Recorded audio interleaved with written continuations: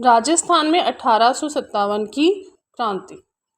क्या आप जानते हैं कि 1857 की क्रांति जो है, जो 1947 में हमें आज़ादी मिली थी, उससे भी ज़्यादा महत्वपूर्ण है।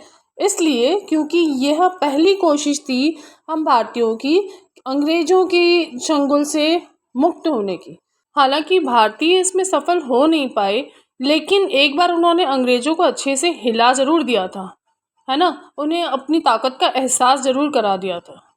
अब कोई भी क्रांति होती है तो ऐसे ही नहीं होती, उसके पीछे बहुत सारे कारण होते हैं।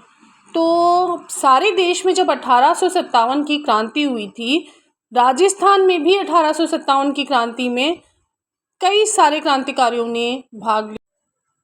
अब क्रांति के जो वो मुख्य कारण थे, है ना, उसमें सबसे पहले जो आ जाता है वो है सहायक संधि की नीति, दूसरा है अधीनस्थ पार्थक्य की नीति, तीसरा है विलय की नीति और चौथा है एनफील्ड राइफल में चर्बी लगे कारतूस। ठीक है। अब सहायक संधि की जो नीति थी वो लॉर्ड वेलेस्ली द्वारा शुरू की गई थी। भारत में सबसे पहले हैदराबाद द्वारा यह संधि स्वीकार की गई थी, जिसमें अंग्रेजों ने भारतीय राजा को यह अश्योर किया था कि भाई आप अगर मुस्लिम आक्रमणों से परेशान हो, बाह्य आक्रमणों से परेशान हो, तो हम आपकी मदद करेंगे, लेकिन बदले में आपको क्या करना पड़ेगा, हमारे सैनिकों का सबका खर्चा उठाना पड़ेगा। ठीक है। राजस्थान में सबसे पहले भरतपुर ने यह संधि स्वीकार की थी। दूसरी आती है अधीनस्थ पार्थक्य की नीति, जिसको लॉर्ड हॉर्डिंग्स द्वारा, ये नाम याद रखेंगे, लॉर्ड हॉर्डिंग्स द्वारा स्वीकार किया गया था, शुरू किया गया था और सर्वप्रथम राजस्थान के अंदर करौली ने इस संधि को एक्सेप्ट किया या स्वीकार किया। इसमें भी यही था कि राजस्थानी जो राजा थे मराठों के आक्रमणों से परेशान थे, तो उनसे बचने के लिए उन्होंने अंग्रेजों की जो अधीनता थी वो स्वीकार कर ली। मेनली राजा जो थे वो बाह्य आक्रमणों से बुरी तरह से परेशान थे।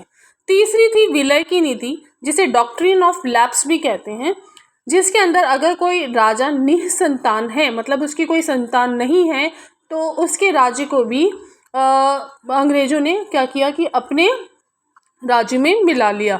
ठीक है, ये अपने अंडर में ले लिया। ठीक, सबसे पहले कौन सा राज्य था भारत के अंदर? सतारा, है ना। आपने झांसी की रानी का नाम भी सुना होगा, लक्ष्मीबाई का नाम। तो वो भी मुख्यतः इसीलिए परेशान थी क्योंकि उनका भी कोई पुत्र था नहीं, तो दत्तक पुत्र था। ठीक है। और अंग्रेज क्या करना चाहते थे कि इसी नीति के तहत वो उनके राज्य को, झांसी को हड़पना चाहते थे। ठीक है। लॉर्ड डलहौजी द्वारा यह शुरू की गई थी। फिर जो क्रांति का तात्कालिक कारण था कि भाई भारतीय, मतलब किसी जंग की शुरुआत के लिए जो क्या होता है, एक चिंगारी की ज़रूरत होती है। मतलब भाई लड़ाई की शुरुआत में भी, मतलब कि कोई अगर कुछ बात ऐसी कह देता है तो हमको गुस्सा आ जाता है ना। तो इसी तरह से एक कौन सा कारण था, तात्कालिक कारण क्या था कि भाई अंग्रेज जो क्या कर रहे थे, उनकी जो राइफल होती थी, सैनिकों की राइफलों में एनफील्ड राइफल कहते थे है ना, उसमें जो कारतूस भरे जाते थे ना, ऐसा किसी ने अफवाह फैला दी कि उसमें सूअर और गाय की चर्बी लगी हुई है। अब भारतीय जो हैं चर्बी तो मुंह में नहीं ले सकते ना, तो अब उन्होंने क्या कर दिया, विद्रोह कर दिया। भारतीय सैनिकों ने विद्रोह कर दिया। ठीक है। प्रारंभ कहाँ से हुआ था इस क्रांति का?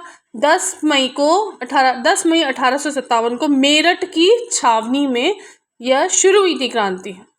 और पूरे देश के अंदर जो नेतृत्व किया था वो अंतिम मुगल सम्राट बहादुर शाह जफर द्वारा किया गया था। अंतिम मुगल सम्राट थे ये।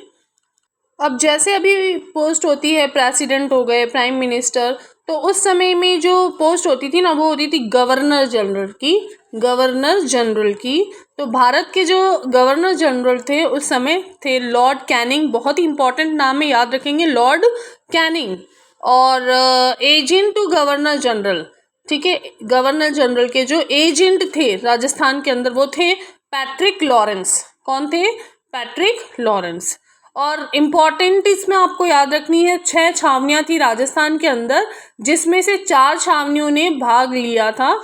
6 छावनियों के नाम सुन लीजिए आप: ब्यावर, नसीराबाद, नीमच, एरनपुरा, इन चारों ने तो क्रांति में भाग लिया था। और देवली और खेरवाड़ा, ये 2 ऐसे इम्पोर्टेंट छावनियाँ हैं जिन्होंने 1857 की क्रांति में भाग नहीं लिया था। तो ये कुछ इम्पॉर्टेंट पॉइंट्स थे, ये जस्ट इंट्रोडक्शन है कि भाई 1857 की क्रांति क्या थी और कहाँ कारण क्या थे इसके।